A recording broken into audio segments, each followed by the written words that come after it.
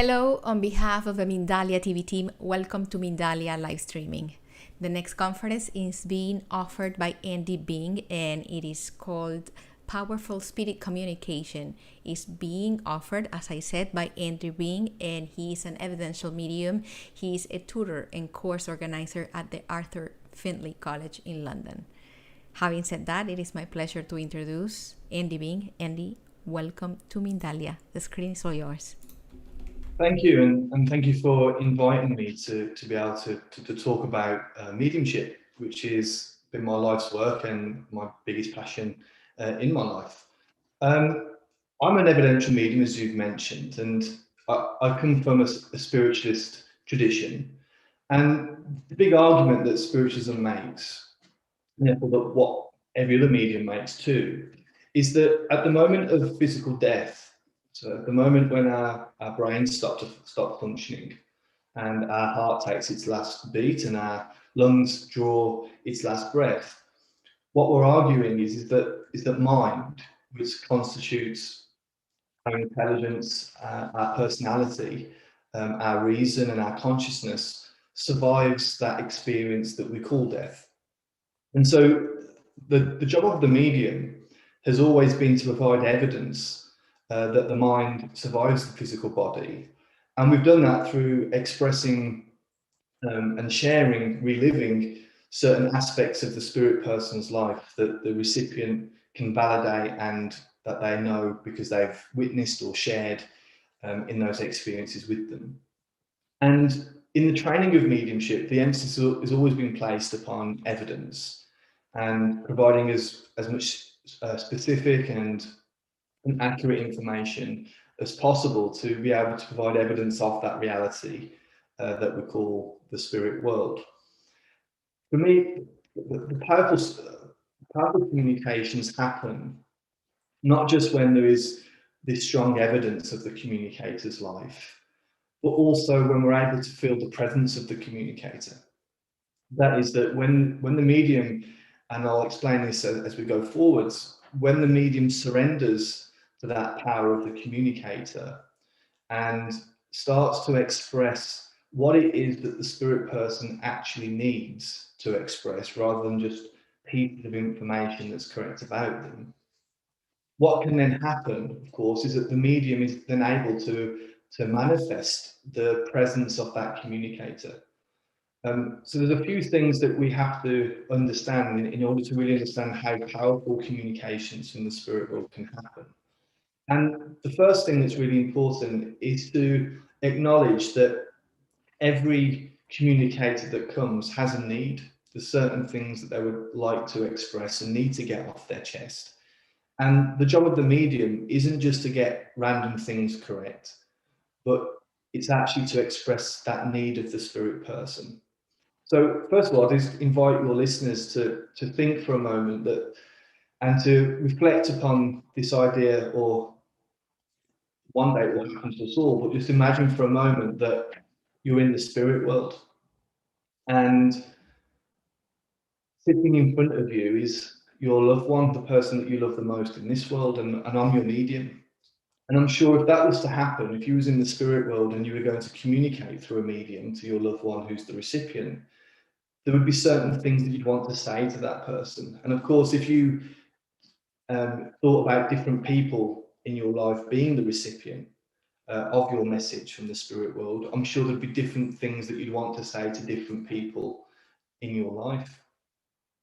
And of course, in that moment that communication takes place, the most prominent thing within the spirit person's auric field is that very thing that the communicator needs to express to their loved one. So as we become aware of the spirit world, in fact, what you'll find is that the very first impression that you have, that very first experience, will be the most important experience, because you'll start to become aware of what it is that the spirit person actually needs to say to their loved one. And quite often what we see within mediumship, and particularly within students of mediumship, is that very first impression that they have is the very impression that they don't trust, is the first one. And again, if for those of you that are budding mediums, I'd like to think about that. You know, how many times have we delivered or began a communication with the spirit world, and that very first impression that we've had, we've either ignored, not trusted, changed in some way, or thought that it was trivial. And the first thing I want to sort of teach you, or to get across really about these powerful communications from the spirit world, is that that first impression is the most important thing. And rather than just touching upon that need, it's our job to relive that moment in time that the spirit person has had when they were alive, and to relive that experience that they had with their loved one. Not any random experience, though, that experience that they need to express. And once we start to do that well, what we then find is that we begin to surrender. And I guess that the next thing to explain in the short time that we have together is what do we mean by surrender? I remember being a student myself um, many years ago now. It was in 2004 when I began developing mediumship. That this term, to surrender to the spirit world, I heard all the time, and every time I used to ask the teacher, well, you know, what do you mean by surrender? Different tutors, um, the answer would always be, well, you know, Andy, surrender sort of doesn't help me to understand what you mean. And over the years, I've become, I've come to understand that when we surrender to the spirit world, what we're actually doing is we're allowing the spirit person to lead the conversation. We're allowing them to express what it is that they need to express. And as the medium, we're simply following them on that journey that they want to take us on. And so that sounds very simple, and surrender as an idea is very simple, but it's not actually easy to achieve. And quite often, depending on the way that we've been trained as mediums, and also depending upon our own personality traits, we often want to take control of that communication. We want to express certain things that we think are good, or to different types of information that we think are more evidential than others. And we start to push that narrative of that, or that experience that we're experiencing. We start to push it in directions that it's not intended to go in. We're no longer meeting that need or expressing that need of the communicator. So surrendering really is where we begin to move our awareness to the spirit world, and our soul and the spirit person's soul begins to come together and begins to blend. And the more that we surrender, the more that we are able to blend. The more that we allow the communicator to take control of that communication and lead us, the more we're able to become them through that blending of the two souls as they join and merge together. So the degree to which we were able to have these sort of powerful communications, and as I've said, a powerful communication is where your soul and the spirit person's soul comes completely at one, where we begin to let the spirit person lead the narrative of the story of their life, or that aspect of their life that they want to share with their loved one. And as the medium, then we're willing just to follow and allow that story to unfold in the way that the spirit person intends it to unfold. When that happens, as I said, we become the communicator. Your soul and their soul becomes at one. And then that presence of the spirit world begins to emanate from the medium, and that will touch everybody that's present. You know, when we're looking at demonstrations of mediumship in particular, those moments when we communicate on behalf of the spirit world to large audiences of people, every single person in that audience should be moved and touched by that communication. And that happens, of course, when the presence of the spirit world emanates from the medium, and that presence then touches every single person that is present. So the degree to which those communications can be powerful does depend on the degree to which we're able to surrender and become at one with the communicator. And of course, as I've already mentioned, the opposite of surrender, if you like, the other side of surrendering is control. So when communications with the spirit world don't work well, or we see that the information isn't understood fully, or we have these moments of struggle within our communication, it's because at that point in time, we're beginning to take control in some way, and I'll go into those reasons that can cause us to take control. We're going into control. We're going into controlling those communications, and that's stopping us from blending. It's stopping us from surrendering because we took control, and that then affects the degree to which we blend with the spirit world, and the accuracy and the richness of the communication itself.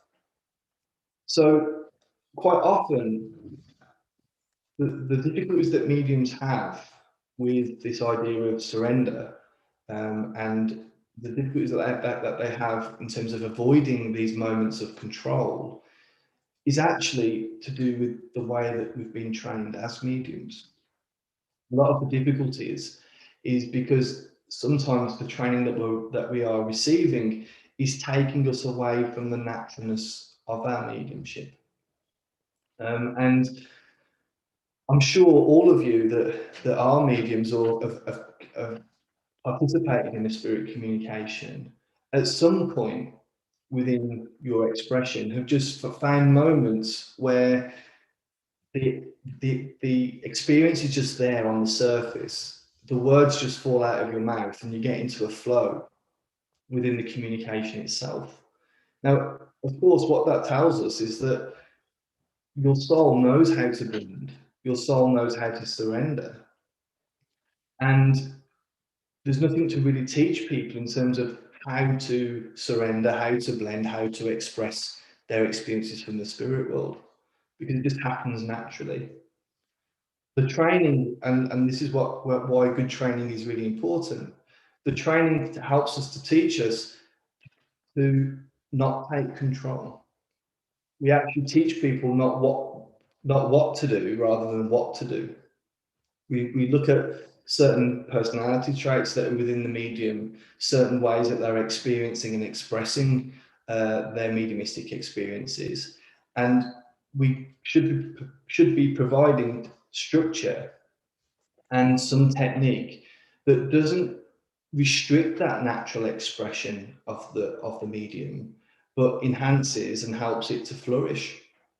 So these are the common problems that we'll find within our development that stops that naturalness of the mediumship just taking place and those powerful communications from manifesting. The first thing is that quite often, I've mentioned this already, that mediums demand certain types of information from the spirit world. We think that we know what good evidence is. We think that names are fantastic, for instance, or we think that jobs are a really good thing to talk about. It's evidential. Or we think that we want road names, or we want or we want pictures of everything from the spirit world. And of course, if we're looking for information, that type of information, or we're demanding that from the spirit world before we're willing to express, then of course we're taking control. We're not allowing the communicator to just to express what it is that they need to express, but now we're looking for information. And that means now, of course, that the medium is leading the way and the spirit world is having to follow our lead, right? And that's converse to what it should be. So it's not just the type of information that we think of as being almost this sort of hierarchy where, and usually when you talk to students particularly, that we all think that names are the best thing. Everyone's looking for names of places, people and things. Then it's jobs, then hobbies and shared memories and how they've passed and physical descriptions. We have this sort of hierarchy of what's good and not good. But the truth is none of us know what good information is. And the other thing to think about is just imagine again that you're in the spirit world and your son or daughter is there as the recipient and you're trying to reach out to them. Who do you think would know best about what to express? Me, the medium, who doesn't know you or doesn't know your loved one, or you as the spirit person who's lived that life and has built a relationship over hopefully many, many years with those people that you're communicating with. Of course, it's the spirit people that know what good information is to their life.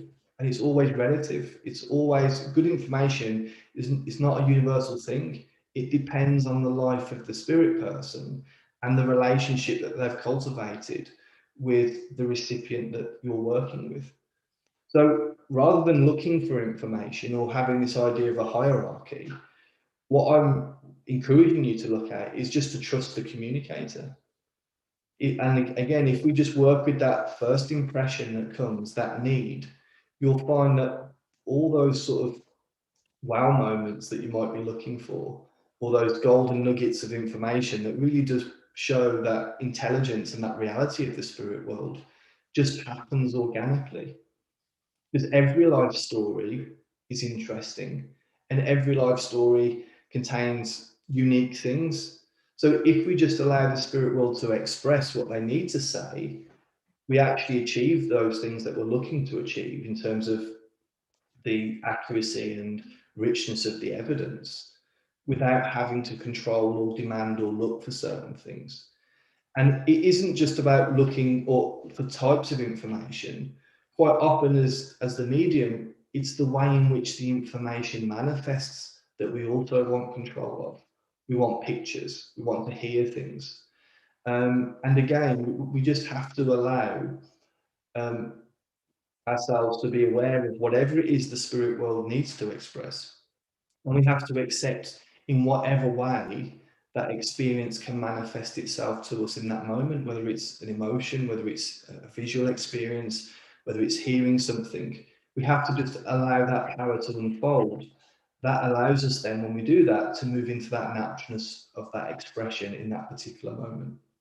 So the first thing that we have to avoid, and this is really is the fault of the medium, is putting these demands on the type of information or the way in which information manifests within our mediumship. And we have to stop looking for certain things. The second thing, it's a very common thing that students do, and even, you know, I've seen professional mediums doing the same thing, is asking questions. And quite often, and this is why I said it's more than likely the way that we've been trained that can affect the naturalness of our mediumship, is that quite often we're actually taught to ask questions about from the spirit world. And I was taught the opposite, and I teach the opposite, that we don't ask questions. Not these specific questions like, what did you do as a job? What's your name? Where did you live? How did you pass away? Because again, if I'm asking these questions up here in my mind quietly to the spirit world, all I'm doing, of course, is it's just a different way of demanding information. If I sat down with you and we got into a conversation and I just asked you loads of questions, then who's leading the conversation? Remember that surrendering is where we allow the spirit world to lead the way and the medium follows the communicator. Well, if I'm asking you all of these questions, it's the question asker, the person posing those questions, that's leading the narrative of that conversation. And the person answering those questions is following the lead of the person who's asking the questions. So to put that into perspective within your mediumship, if we're there in the moment of this communication and we're asking all of these questions in our mind, then again, we're leading the narrative of the communication itself. We're taking control of the direction in which that communication will go. And the opposite is what we've got to do. We've got to follow the spirit world. So when it comes to asking questions, it's actually a double-edged sword. First of all, like I've said, we naturally start taking control of the communications and we stop surrendering and therefore blending, which stops these powerful communications from happening. And secondly, when we're asking questions up here in our conscious mind, this is where all our awareness is. It's all here in the conscious mind. And of course, that's not where we want to be in terms of our awareness. When we have intuitive experiences, whether that's just a sense that something's not right, or a feeling that something's going to happen, or a sense of I've got to reach out and speak to this person because they need my advice or help. The first place that we actually experience those types of experiences isn't up here in the conscious mind, it's in the stomach. It's why we call them gut feelings. Because this space here at in the solar plexus is the central energy point of our intuition. And so we want to be sensing from here, from the solar plexus, rather than thinking up here in the head. So when we're asking all of these questions, where did you live? What did you do? How did you pass away? Not only are we taking control of the communication, but our awareness is now completely in the wrong place. We're all up here in our heads, analyzing, questioning, thinking, rather than experiencing through the emotion of the soul from the solar plexus. So when we get into this habit of asking questions, it affects the mediumship in two ways. It takes our awareness out of where it needs to be. We come out, we'll find that we'll come out of the power, what we say, coming out of the power of the communication. And secondly, it leads us to take control of the communication itself. Now, as mediums, we do ask questions, but not quite in the way that we perhaps think. And I think this is quite a lot of the time, this is what's happened when people get into that habit of asking these questions. It's been because we've probably had an experience, maybe in a seminar or in a classroom somewhere, and we've turned to our tutor and said, look, I don't understand this part of my experience. And the tutor's probably said, well, ask the spirit world. So we've taken that language, ask the spirit world, as being asking these questions in our conscious minds. Whereas actually what we have to do is we have to communicate, and we have to ask these questions in a very different way. And for a moment, I just want you to think about a very difficult time perhaps that you've been through in life. One of those moments when you've got nowhere to turn, you don't know which side is up, you don't know what to do, you have no direction, you feel like you've got no help, you've got nowhere to go. And in those moments, I'm sure we've all been through them, ask yourself if you've ever cried out for help. I don't know if you're crying out to God, or if you're crying out to the universe, or if you're crying out to the spirit world, but there's been this part of you that's just cried out from the very center of yourself, help me. And if you take your mind back to those sorts of experiences, when you've gone through that experience of crying out for help, it isn't a thought process, it isn't an intellectual process, it's an emotional experience. It's just this crying out, this yearning from the soul, help. And it's in that way that we have to learn to communicate with the spirit world. What I mean by that is that you don't have to have a very bad day every time you move to the spirit world to communicate with them. What I mean is, rather than asking questions up here in the conscious mind, we have to learn how to communicate through the emotion of the soul. And it is this sense of crying out, but it's not thought words, it's an emotional intention. And it shouldn't be a specific question like, what's your name? Where do you come from?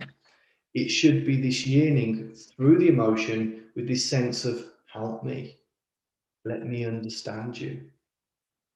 And when we communicate in that way through the emotion, this is where I believe the magic really happens. Because now, rather than being up here in the mind, we're working through the emotion of the soul from the solar plexus, that energy center, where all of our intuition is happening. And that part of our being through the soul, which is the engine room of the mediumship itself, everything is taking place through that emotion of the soul. And secondly, it's an open-ended intention. You're not saying to the spirit world, what's your name and where did you come from? You're saying, help me, let me understand you.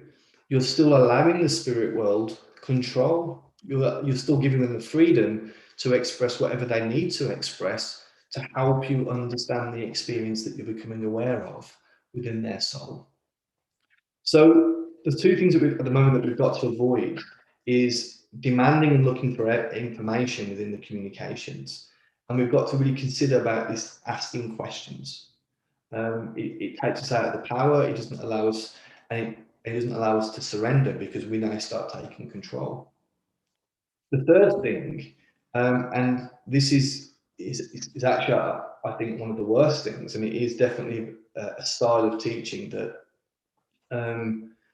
does more harm than good. Although I don't believe that when it's practiced, it's intentionally trying to hinder the medium. Is this sort of checklist approach that we're taught sometimes. And I'm not sure if any of you have been taught this way, but it's where usually the teacher says, look, okay, you're going to move your mind to the spirit world. And during this communication, I want the name, I want a job, I want a memory, I want how they've passed to the spirit world, I want their favorite color, and I want their phone number, whatever it is. But it's a list of information that we then have to go through, or one at a time. And what I think has happened is that when students first begin with their music journey, quite often we don't know the type of things that the spirit world can communicate. And quite often there's no structure at all to help us to formulate these communications. So I think teachers have said, look, here's a structure. If we start with personality first, and then we go with how they've passed away, then a job, then a hobby, then a name, it will give you some structure to help you to navigate through the communication itself. The problem with that, of course, is that it kind of crystallizes everything that I'm talking about not to do. Because if you think about it, every single communication that we have should start differently. There should be no two communications that start the same way. Because as we've said, every communicator has a different need, and that need depends upon the person that they're communicating to in this world. So I'm sure it would be very unlikely that every single communicator that comes from the spirit world would want to start by expressing their personality first, then their job, then their how they've passed to the spirit world, and then their name. There should be infinite and different ways and things that each person would want to express. So first of all, this sort of checklist approach is like a straitjacket that doesn't allow any freedom from the spirit world to express what they need. What they're having to go through this rigid checklist and express what the things it is that are there on your checklist in that particular order. So that checklist essentially is demanding certain types of information from the spirit world and in a particular order. The second thing it's not doing is it's not taking into account the need of the spirit person. And I'm sure as when I asked you to think back if you was in the spirit world, I'm sure you'd all have different things you'd want to say to different people. It doesn't take account of that either. The third thing it does is that it forces us to ask questions, whether that's consciously, unconsciously, or subconsciously, because we're having to go through from personality, then we're going to their job, then we're going to how they've passed away. We've got this rigid checklist. And what you'll find will happen, even if you only do it for a couple of weeks, you start to create the habit. So even unconsciously or subconsciously, you're going through your checklist still. And again, if you look, I mean, this is as students of mediumship, we have to be very honest with ourselves. If we're going through these communications and there's these patterns of types of information or orders of information, or every contact appears similar, it's often because we're imposing these checklists. Sometimes, as I've said, even unconsciously doing it because we've created that habit right from the beginning of our development. So what we have to look at with these checklists, we have to get rid of them. And the difficult thing, as I've said, is once we start creating these habits, whether that's looking for information, whether it's asking questions, whether it's having this very rigid checklist approach to our mediumship, The hard thing then to do is to break the habit and to give ourselves that complete freedom to express whatever it is the spirit person needs to express. And that just takes hard work, and it takes finding within yourself, catching yourself doing it. And it also really means that we have to recalibrate the way that we think about and work with the communicators that we work with. So those are the sort of the three main problems. And again, with this checklist approach, as I've said, I don't think it was ever intended to cause problems for students. I think it was done in a helpful way, but it was never thought through properly. The argument may be, of course, look, okay, we'll do this checklist for like 3 or 4 months just to get you used to it. Then we'll take it away. Then you can just do it normally. But as I've said, the problem often is then we've created that habit, and then we don't get rid of it. We just stay within that sort of rigid structure that we've been given. So the thing that I want to get across here is, look, there's nothing wrong with structure, and there's nothing wrong with technique. I give structure and technique to students, but it shouldn't be structure and technique that overrides this natural expression of the mediumship. And the natural expression of the mediumship is something very, very, very, very simple. So simple that it almost sounds untrue. It's as simple as opening our mind to the spirit world, becoming aware of our communicator, and then allowing them to express whatever it is they need to express in whatever way it can be expressed in that moment. That's all the medium has to do. It's that simple. So when we start to complicate things by asking questions, by having these rigid checklist approach, by imposing this sort of hierarchy of order in terms of the evidence, we just complicate something that is actually so simple. And finally, of course, and this is a really important point, that's why I kept it till last.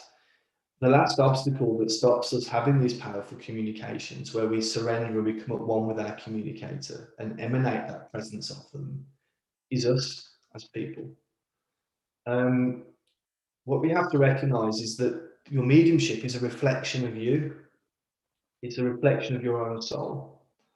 And so the weaknesses within your mediumship are just merely a reflection of the weaknesses within you as a person. And the strengths within your mediumship are just a reflection of your strengths of character.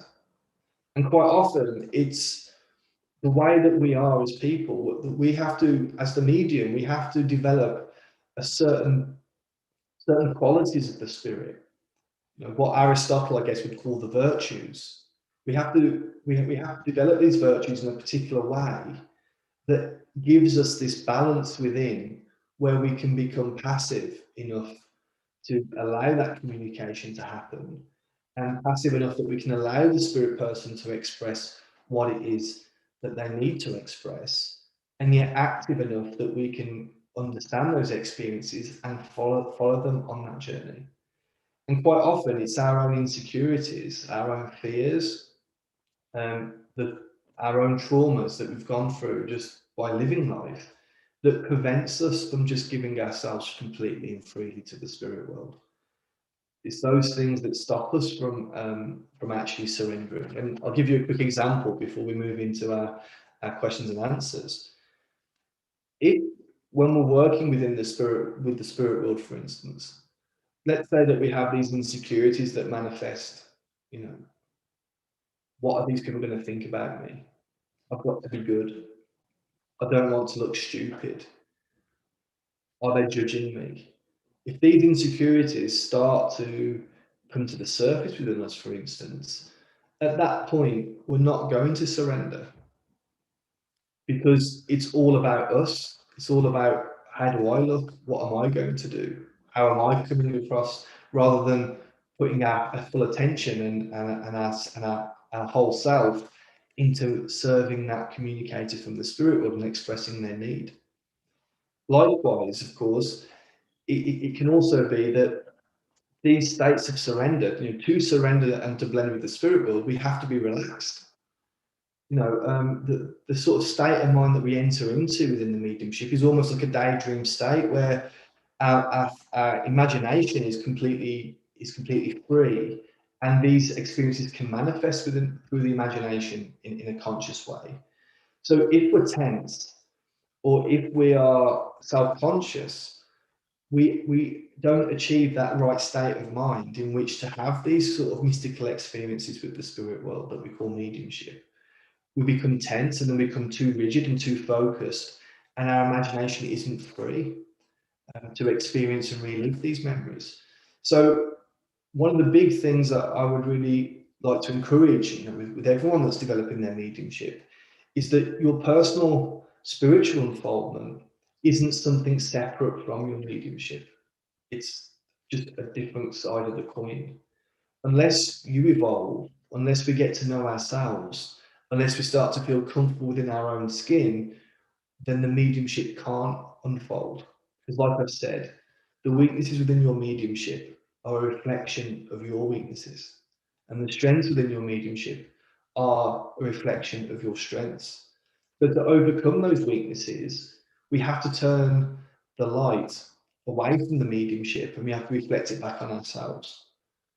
If we're finding difficult in the expression of the mediumship, we have to ask the question, what's that saying about me? What quality is it that perhaps I've not developed enough, or that's perhaps in excess within ourselves? We have to find that balance and harmony within, and we have to always look at ourselves and our own lives and our own internal world to understand the problems that are happening within the mediumistic expression. So when we can achieve all of those things, that's when the magic really happens, and those communications can be powerful in the way that I've presented. And so I wish you all the best of luck in achieving that and allowing that naturalness of the mediumship to really come to the surface, and not controlling and not getting in the way, but just allowing that communicator to lead the narrative and express what it is that they need to their loved ones who are still here. So thank you. Thank you, Andy, for sharing with us your knowledge and your time mostly. Before we close this space, a couple of questions for you. And the first one would be normally when someone like a person that has never experienced this type of things has an encounter or has an experience with the paranormal world, I think that the very first reaction is going to be, I'm crazy, this is not happening, this cannot be true. What would you say at that point? How can people help themselves channel that situation and actually understand what's going on with their life? Yeah, I think what we've got to do, if we're starting to have sort of mediumistic experiences with the spirit world, the best thing to do really is to go out and seek help. Find someone that can actually help you to understand what these experiences are. And of course, the vast majority of people that are having these types of experiences are having genuine spiritual experiences. But we have to be also very open and say, look, that sometimes when people have these types of experiences, they're not actually having mediumistic experiences. They are having some type of of psychosis in some way. The two things happen. I think it's actually irresponsible to say, look, every time we have an experience like this, we hear a voice or we see something, it's definitely the spirit world. Quite often it can be, but there are also times when it isn't. So I really think we have to be responsible and really investigate that for ourselves. And for me, when I first started having mediumistic experiences, I too thought I was going crazy. But the first thing that I did was I actually went to seek the help through the spiritualist churches and found people that understood those experiences. And what I recognized is this, is that if it is from the spirit world, and this is the big thing, I think, to take from this, if it is from the spirit world, there will be an intelligence behind the communication. So if, for instance, let's say, for instance, one of your loved ones come, it isn't going to be random things that you don't know about. It's going to be experiences that they're going to communicate that can be validated in some way. And the only way you'll know if you're truly having a mediumistic experience is by expressing it to someone expressing it to the person that that communicator belongs to, and getting that yes or no. Now, there is this sort of objectivity to the experience, because if I don't know you and you don't know me, but the experiences that I'm having are correct, well, then that tells you there's a third intelligence that's working with you. On the other hand, if we're having these sort of subjective experiences that can't be validated, it becomes a bit more tricky. Is it a spiritual experience, or is it my own mind creating? Whether that be being delusional, whether I'm hallucinating, whether there is some sort of type of psychiatric disorder going on, whatever it is, right? So the way that I always, and this is what I always say to everyone that asks me that question, is look, the spirit world will never, it will always be a positive experience, and it will always be something that will be uplifting and encouraging. That's the first thing. The second thing, if we're having a truly having a spiritual experience, it will have a poignancy to it, and it will have a profound impact on us as people, whether that's emotional, being profound emotionally, whether it's knowledge that it's imparted that's profound to us. The third thing is that it won't be something that's forgettable. We won't just sort of, if we have a dream, quite often we wake up and we forget about what we've dreamt about. With a spiritual experience, it will stay with us. And there should be this transformative impact that it has on our life. It changes us in some deep way, whether that's our worldview, whether it's the way we feel about ourselves, whether it's about the way we perceive the world around us. It will have a profound impact. So those are the sort of telltale signs. And the best thing to do is investigate and see for yourself. Thank you for that answer. And finally, before letting you go, what would you think is the very first misconception that people have regarding mediumship? I think lots of people, when they think about mediumship, they think about the film Ghost. I'm not sure if you've seen Ghost with Patrick Swayze, but they think there's a guy or a woman standing next to us that we can see, and they're just talking to us, and we're repeating what they say. And this is where I think when mediums get things incorrect, why straight away it's okay, that's not true. The mediumship doesn't exist, because they have this image of a person talking to another person, and we're just repeating. I wish it was that simple. It's what we're having as the medium is a mystical experience, and we're working through the emotion of the soul, and through the sensing of the emotion. We're sensing that presence of the spirit communicator, and then we're trying to relive these experiences. And of course, the way that we become consciously aware of those experiences is through the imagination. So we do have to understand and learn how to understand the experiences that we're having, and that's where good training comes in. The second misconception, and this is the really big misconception that I think is equal to the first one, is that people think we're working with evil spirits or with demons in some way. Of course, there are people in the spirit world that haven't always lived perfect lives, and probably have done some difficult things. They exist in the spirit world, but communication between this world and the spirit world can only happen if the presence of love is there. So I really, in all my years of experience that I've had, I say it's been almost half my life. That was my constantly training to be a medium. I've never had a negative experience with the spirit world, and I've often found that when people do have negative experiences with the spirit world, it isn't actually a negative experience. It's because they have some fear or misconception of the spirit world, and when they're having these wonderful positive experiences, it's their own fears that are being triggered that's then overriding that positivity and turning it into a negative experience.